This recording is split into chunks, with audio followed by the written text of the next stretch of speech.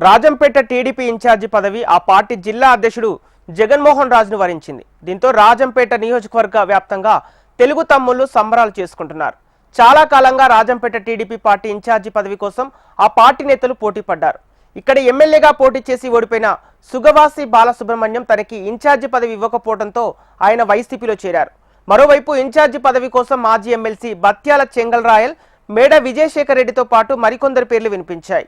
అయితే ఇటీవల జరిగిన ఒంటిమిట్ట జెడ్పీటీసీ ఎన్నికల్లో జగన్మోహన్ రాజు తనదైన శైలిలో కష్టపడటమే కాకుండా మంత్రి రాంప్రసాద్ రెడ్డితో కలిసి నాయకులను ఏకం చేసి అక్కడి జెడ్పీటీసీ అభ్యర్థిని భారీ మెజార్టీతో గెలిపించుకున్నారు.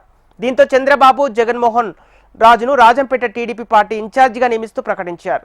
దీంతో రాజంపేటలో తెలుగు తమ్ముళ్లు సంబరాలు జరుపుకున్నారు. మేము పూజ చేస్తున్నాం, అందరూ వచ్చేసి ఇక్కడ పూజ చేస్తాం, అది చేస్తాం.